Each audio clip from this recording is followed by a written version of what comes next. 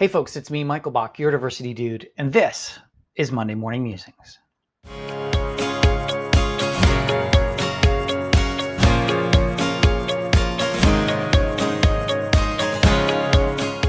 So, welcome all my friends to Monday Morning Musings. You are not seeing double. This is it is not my far less attractive doppelganger. We're doing something different today on Monday Morning Musings, and I'm having a guest. Can we just pause? What do you mean far less attractive? There's no takes here. We go through. Oh, I thought this could be part of the take. Okay, start over. This is my friend Kevin Rempel, who seems to think he's more attractive than me, but we will come back to that. Hi, Kevin. What's up, Mike? I'm, doing great. I wanted you to join us today. Kevin, for everybody's knowledge, is a friend that I've known for a few years. We became acquainted through Futurepreneur. He runs a business called the Sledge Hockey Experience, and you can learn all about Kevin's story, which is pretty incredible, by checking out his episode on Talking to Canadians, my podcast. Oh yeah. Which it was fun. We had a good time. One of my favorite podcasts. And admittedly, I do say that to everyone. But so I wanted, because you're a big advocate for mental health, I wanted to talk about mental health and talk about how is your isolation going? Let's just start there.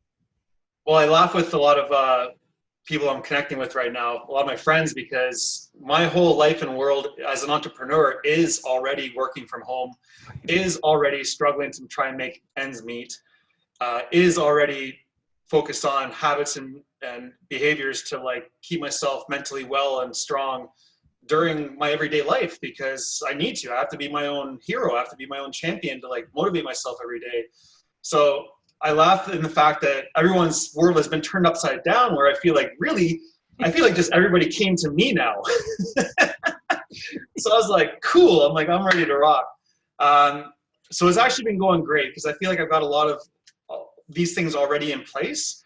And that's what I get most excited about sharing is, for all those who haven't made the adjustment through entrepreneur life plus rehab life, given my accident, we can get into that.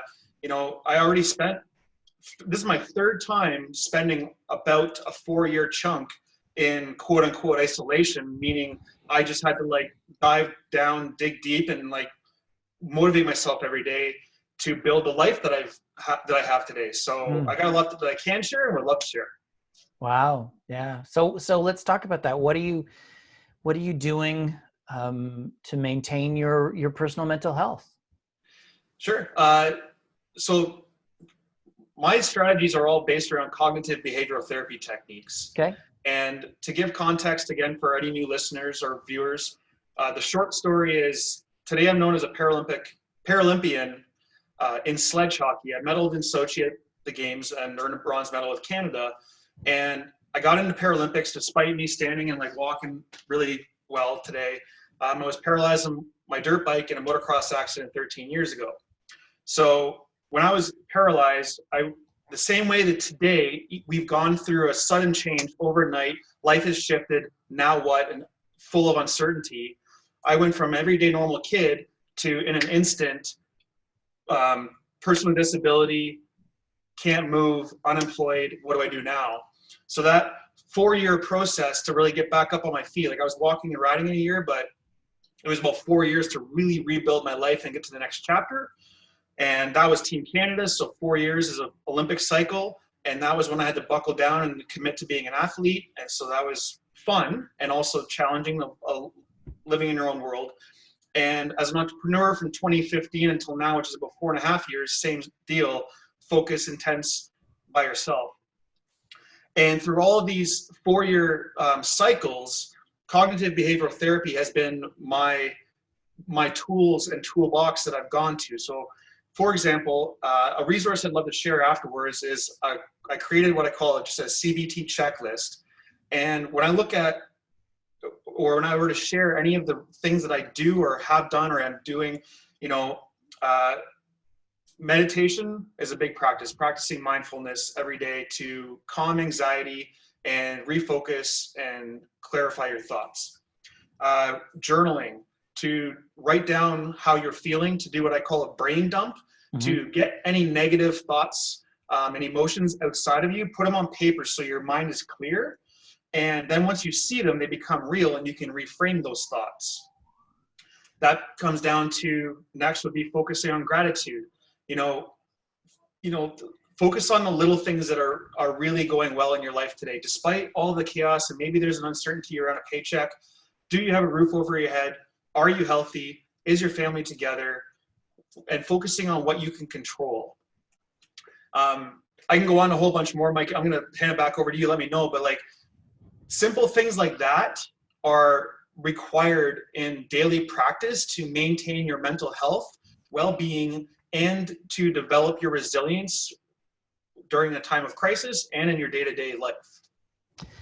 Yeah, and we'll post a link to that guide down below along with a link to your website. But I think one of the things that I'm hearing from you is really about deliberate action.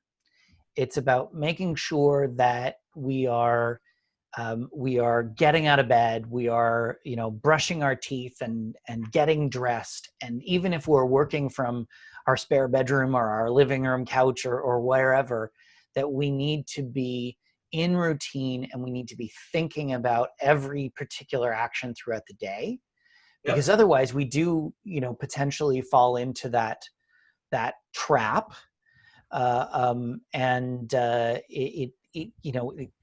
Listen, as a person who lives with anxiety, it can be really oppressive.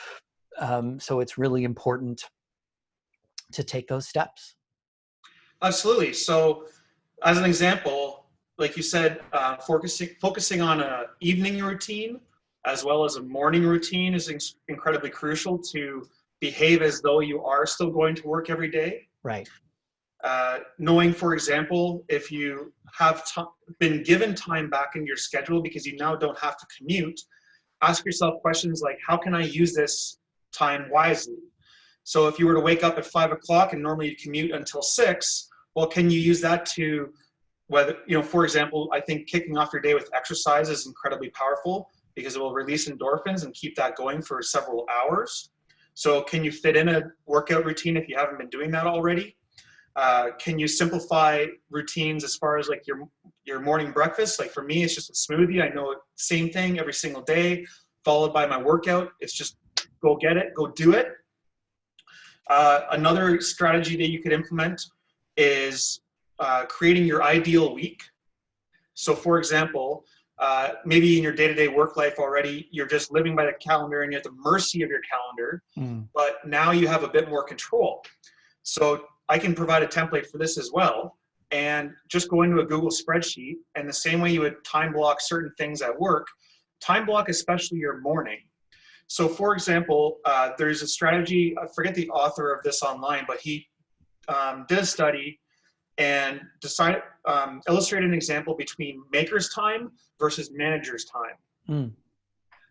And maker's time is a time for you to be creative, for you to work on your deep work, for you to do your most important work. And manager time is when you operate by your schedule, by your calendar, you're beckoning to other people's calls, and you just have to do all the busy work.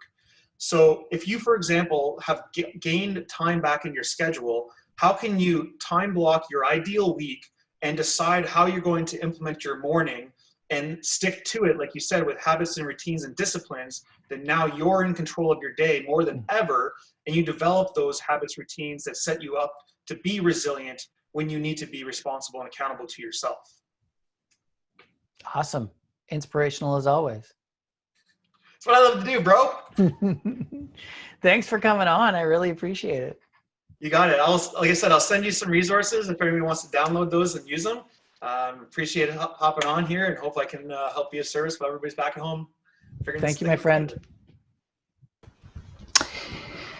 So there you have it. His face is gone because he's just distracting. I wanted to have Kevin on because I'm a big fan, and I'm not going to say that to his face because his ego is already big enough, but one of the things that I love about Kev is he really just thrives in the face of adversity. And I've been watching him on social media, and he's been doing some great stuff around just, dealing with isolation, because I think that's a really big thing that we should be concerned about right now, as we're all working from home. I'm now at home. This is my spare bedroom. I'm not going to show you what the rest of the room looks like. And we need to be thinking about the impacts of social isolation. So I just wanted to give you a bit of Kev. I'm going to post some links down below to his social media, to those guides he was talking about. Check him out. Because he's pretty inspirational, and I think we could all use that right now. That's it for me. Thanks for watching. I really appreciate it. Remember to subscribe and like the video and share it with all your social media friends. Also connect with me on my social media platforms. I'm at DiversityDudeMB. And check out the podcast, Talking to Canadians. Great thing to listen to right now. You can listen to Kev's episode. There's lots of really great ones there. talkingtocanadians.ca or wherever you get your podcasts. I hope you are having a great week. I hope you stay healthy and safe wherever you are. And I will see you next week for another episode of Monday Morning Musings. Bye.